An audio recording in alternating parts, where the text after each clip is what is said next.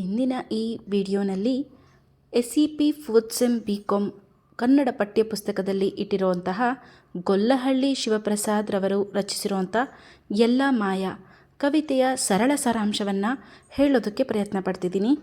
ಕವಿತೆಯ ಮೊದಲ ಸಾಲು ಹೀಗಿದೆ: ಝಣ ಝಣ ಝಣ ಕಾಂಚಾಣದಲ್ಲಿ ಅಮೇರಿಕಾದ ಲಾಂಛನದಲ್ಲಿ ದೇವರು ದಿಂಡಿರ ಭಜನೆಯಲ್ಲಿ ಮಂದಿರ ಮಸೀದಿ ಗಲಾಟೆಯಲ್ಲಿ ಎಲ್ಲ ಮಾಯ ನಾಳೆ ನಾವು ಮಾಯ.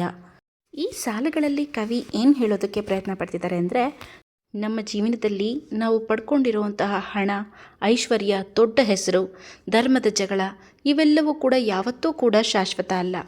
ಜನರು ಹಣದ ಹೊಳಪಿನಲ್ಲಿ ದೇವರ ಭಜನೆಗಳಲ್ಲಿ ಮಂದಿರ ಮಸೀದಿ ಜಗಳಗಳಲ್ಲಿ ತೊಡಕೊಂಡಿದ್ದಾರೆ. ಆದರೆ ಕವಿ ಹೇಳೋ ಮಾತು ಏನಂದರೆ, ಇವೆಲ್ಲವೂ ಏಕಕಾಲ ಮಾತ್ರ ಇರುವಂಥದ್ದು, ಇದ್ಯಾವುದೂ ಕೂಡ ಶಾಶ್ವತವಲ್ಲ. ಕೊನೆಯಲ್ಲಿ ಎಲ್ಲ ಮಾಯವಾಗಿಬಿಡುತ್ತೆ. ನಾಳೆ ಒಂದಿನ ನಾವು ಕೂಡ ಮಾಯ ಆಗ್ತೀವಿ ಅಂತ ಹೇಳ್ತಿದ್ದಾರೆ. ಮನುಷ್ಯನ ಜೀವನವೂ ಶಾಶ್ವತ ಅಲ್ಲ ಅಂತ ನೆನಪಿಸೋದಕ್ಕೆ ಪ್ರಯತ್ನ ಪಡ್ತಿದ್ದಾರೆ. ಆದ್ದರಿಂದ ಮನುಷ್ಯ ಆದವನು ಅಹಂಕಾರ, ಜಗಳ ಮತ್ತು ಅತಿಯಾದ ಆಸೆ ಯಾವುದನ್ನು ಕೂಡ ಇಟ್ಕೋಬಾರ್ದು. ಜೀವನವನ್ನು ಸರಳವಾಗಿ ಮತ್ತು ಒಳ್ಳೆಯವನಾಗಿ ಬದುಕಬೇಕು ಅನ್ನೋ ಸಂದೇಶವನ್ನು ಈ ಸಾಲುಗಳಲ್ಲಿ ಕವಿ ನಮಗೆ ನೀಡೋದಕ್ಕೆ ಪ್ರಯತ್ನ ಪಡ್ತಿದ್ದಾರೆ. ಮುಂದಿನ ಸಾಲುಗಳನ್ನು ನೋಡಿ ಮಕ್ಕಳೇ. ಮಳೆಯೂ ಇಲ್ಲ, ಬೆಳೆಯೂ ಇಲ್ಲ, ಕೋಗಿಲೆಯ ಧ್ವನಿ ಕೇಳಲೇ ಇಲ್ಲ, ನೆಲದ ಒಳಗಿನ ಇಲಿಯೂ ಇಲ್ಲ, ಮರದ ಮ್ಯಾಲಿನ ಗಿಳಿಯೂ ಇಲ್ಲ, ನಿನ್ನೆ ಅವುಗಳು ಇಂದು ನಾವು, ನಾಳೆ ಎಲ್ಲ ಮಾಯವಯ್ಯ. ಈ ಸಾಲುಗಳಲ್ಲಿ ಕವಿ ಪ್ರಕೃತಿಯಲ್ಲಿ ಆಗುವಂತಹ ಬದಲಾವಣೆಗಳು ಮತ್ತು ಜೀವನದ ಅಸ್ಥಿರತೆಯನ್ನು ಹೇಳೋದಕ್ಕೆ ಪ್ರಯತ್ನ ಪಡ್ತಿದ್ದಾರೆ. ಈಗ ಮಳೆ ಕೂಡ ಇಲ್ಲ, ಬೆಳೆಯೂ ಇಲ್ಲ, ಕೋಗಿಲೆಯ ದನಿಯಂತೂ ಕೇಳೋದಕ್ಕೆ ಸಾಧ್ಯವಾಗ್ತಿಲ್ಲ.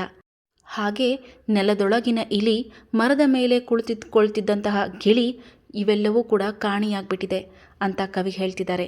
ಇದರ ಮೂಲಕ ಕವಿ ಏನು ಹೇಳಲಿಕ್ಕೆ ಪ್ರಯತ್ನ ಪಡ್ತಿದ್ದಾರೆ ಅಂದರೆ, ಪ್ರಕೃತಿಯಲ್ಲಿರುವ ಜೀವಿಗಳು ಮತ್ತು ಜೀವನದ ಸ್ಥಿತಿಗಳು ಸದಾ ಒಂದೇ ರೀತಿಯಲ್ಲಿ ಇರೋದಿಲ್ಲ ಅಂತ ತೋರಿಸ್ಕೊಟ್ಟಿದ್ದಾರೆ.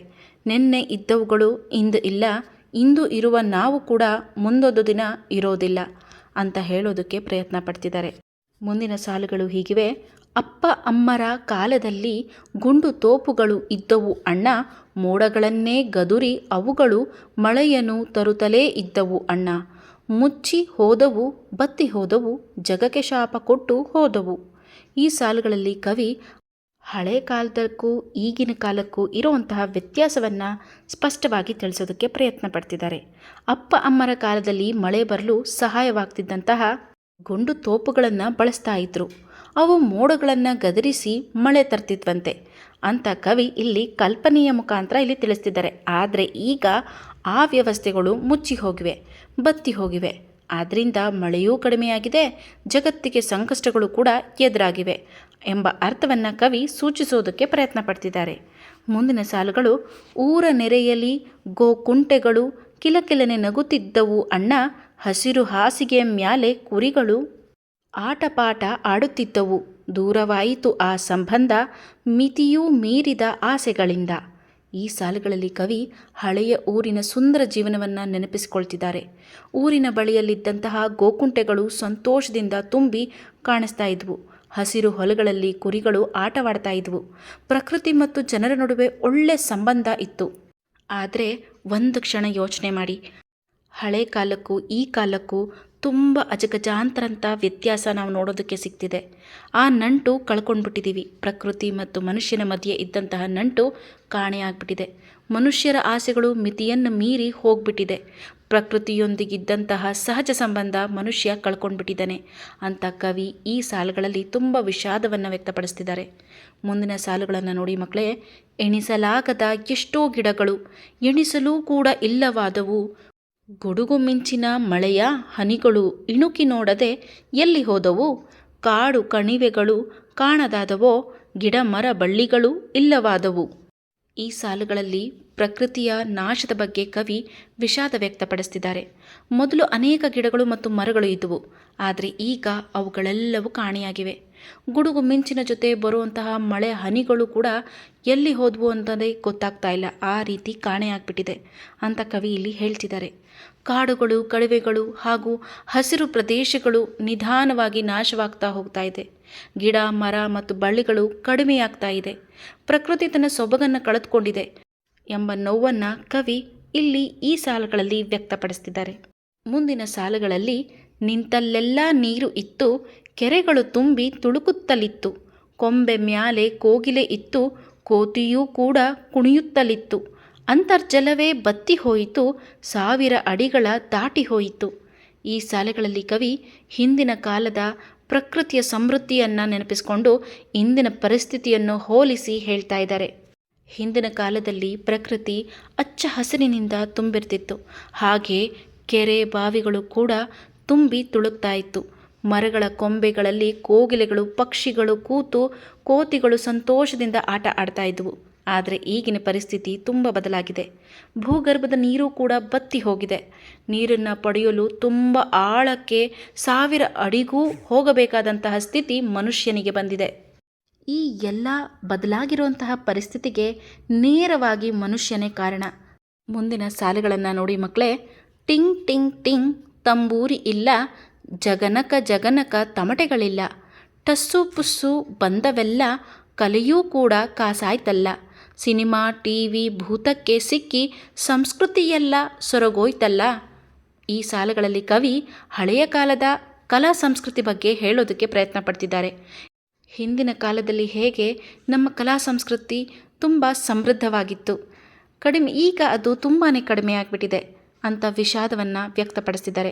ಮೊದಲು ತಂಬೂರಿ, ತಮಟೆ ಮುಂತಾದ ವಾದ್ಯಗಳ ಧ್ವನಿಯಿಂದ ಇಡೀ ಗ್ರಾಮಗಳು ಸತ್ತು ಗದ್ದಲವಾಗಿರ್ತಿತ್ತು. ಯಾವುದೇ ಒಂದು ಫಂಕ್ಷನ್ ಬಂದರೂ ಕೂಡ ತಮಟೆ ಮತ್ತು ನಗಾರಿಯನ್ನು ಹೊಡೆದು ಎಲ್ಲ ಕಡೆ ಸಾರಲಾಗ್ತಿತ್ತು. ಜನರು ಕಲೆಯನ್ನು ತುಂಬ ಪ್ರೀತಿಯಿಂದ ಕಲಿತಿದ್ರು, ಹಾಗೆ ಅದನ್ನು ಬೆಳೆಸ್ತಾ ಇದ್ದರು. ಆದರೆ ಈಗ ಆ ಪರಂಪರೆಯ ವಾದ್ಯಗಳು ಮತ್ತು ಕಲೆಗಳು ಎಲ್ಲೋ ಕಾಣೆಯಾಗ್ಬಿಟ್ಟಿದೆ. ಹಣದ ಪ್ರಭಾವ ಹೆಚ್ಚಾಗ್ತಿದ್ದಂಗೆ ಕಲೆ ಕೂಡ ವ್ಯಾಪಾರವಾಗಿಬಿಟ್ಟಿದೆ ಅಂತ ಕವಿ ಇಲ್ಲಿ ಹೇಳ್ತಿದ್ದಾರೆ. ಸಿನಿಮಾ ಮತ್ತು ಟಿವಿ ಪ್ರಭಾವದಿಂದ ನಮ್ಮ ಹಳೆಯ ಸಂಸ್ಕೃತಿ ಎಲ್ಲ ನಿಧಾನವಾಗಿ ಸೊರಗೋಗ್ತಾ ಇದೆ ಅಂತ ಕವಿ ತುಂಬ ಬೇಸರ ವ್ಯಕ್ತಪಡಿಸ್ತಾ ಇದ್ದಾರೆ. ಈಗಿನ ಮಕ್ಕಳಿಗೆ ಕೇವಲ ಆ ತಮಟೆ ಮತ್ತು ವಾದ್ಯಗಳ ವಸ್ತುಗಳನ್ನು ಮಾತ್ರ ನೋಡೋದಕ್ಕೆ ಸಿಗ್ತಾ ಇದೆ ಹೊರತು ಅದರಿಂದ ನಾದ ಹೇಗೆ ಬರ್ತಾ ಇತ್ತು, ಅದನ್ನು ಜನರು ಹೇಗೆ ಖುಷಿ ಪಡ್ತಾಯಿದ್ರು ಅನ್ನೋದು ಯಾವುದೂ ಕೂಡ ಜ್ಞಾನ ಅವರಿಗಿಲ್ಲ. ಮುಂದಿನ ಸಾಲುಗಳನ್ನು ನೋಡಿ ಮಕ್ಕಳೇ.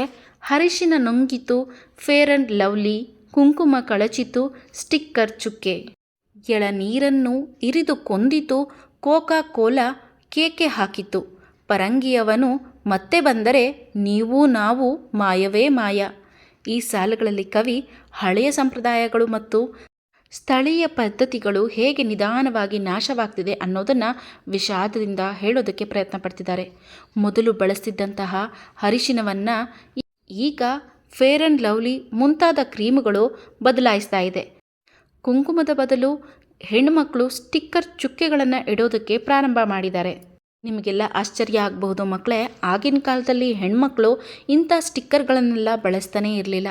ಹಣೆ ತುಂಬ ಕುಂಕುಮವನ್ನು ಇಡ್ತಿದ್ರು, ಗಲ್ಲದ ತುಂಬ ಅರಿಶಿನವನ್ನು ಹಚ್ಕೊಳ್ತಾ ಇದ್ರು. ಆಧುನಿಕತೆ ಮುಂದುವರಿತಾ ಹೋಗ್ತಾ ತುಂಬ ಬದಲಾಗ್ಬಿಟ್ಟಿದ್ದಾರೆ ಈಗಿನ ಜನ. ಕವಿ ಹೇಳ್ತಾರೆ, ಎಳನೀರಿನಂತಹ ನೈಸರ್ಗಿಕ ಪಾನೀಯಗಳ ಜಾಗದಲ್ಲಿ ಕೋಕಾ ಕೋಲಾದಂತಹ ಪಾನೀಯಗಳು ಬಂದಿವೆ. ಅಷ್ಟೇ ಅಲ್ಲದೆ ನಮ್ಮದೇ ಸಂಸ್ಕೃತಿ ಮತ್ತು ಸ್ವಾಭಾವಿಕ ಜೀವನ ಶೈಲಿ ನಿಧಾನವಾಗಿ ಎಲ್ಲೋ ದೂರವಾಗ್ತಾ ಇದೆ. ಕೊನೆಯಲ್ಲಿ ಕವಿ ಹೇಳ್ತಾರೆ, ವಿದೇಶಿ ಸಂಸ್ಕೃತಿಯ ಪ್ರಭಾವ ಎಷ್ಟು ಹೆಚ್ಚಾಗಿದೆ ಅಂದರೆ ಮುಂದೊಂದು ದಿನ ನೀವು ನಾವು ಕೂಡ ಮಾಯ, ಅಂದರೆ ಮುಂದೊಂದು ದಿನ ನಮ್ಮ ಸ್ವಂತ ತಲತಲಾಂತರದಿಂದ ಬಂದಿರುವಂತಹ ಸಂಸ್ಕೃತಿಯ ಅಸ್ತಿತ್ವವನ್ನೇ ಕಳೆದುಕೊಳ್ಬಹುದು ಅಂತ ಅನ್ನಿಸ್ತಿದೆ ಅಂತ ಕವಿ ಎಚ್ಚರಿಕೆಯ ಮಾತುಗಳನ್ನು ಹೇಳ್ತಾ ಇದ್ದಾರೆ.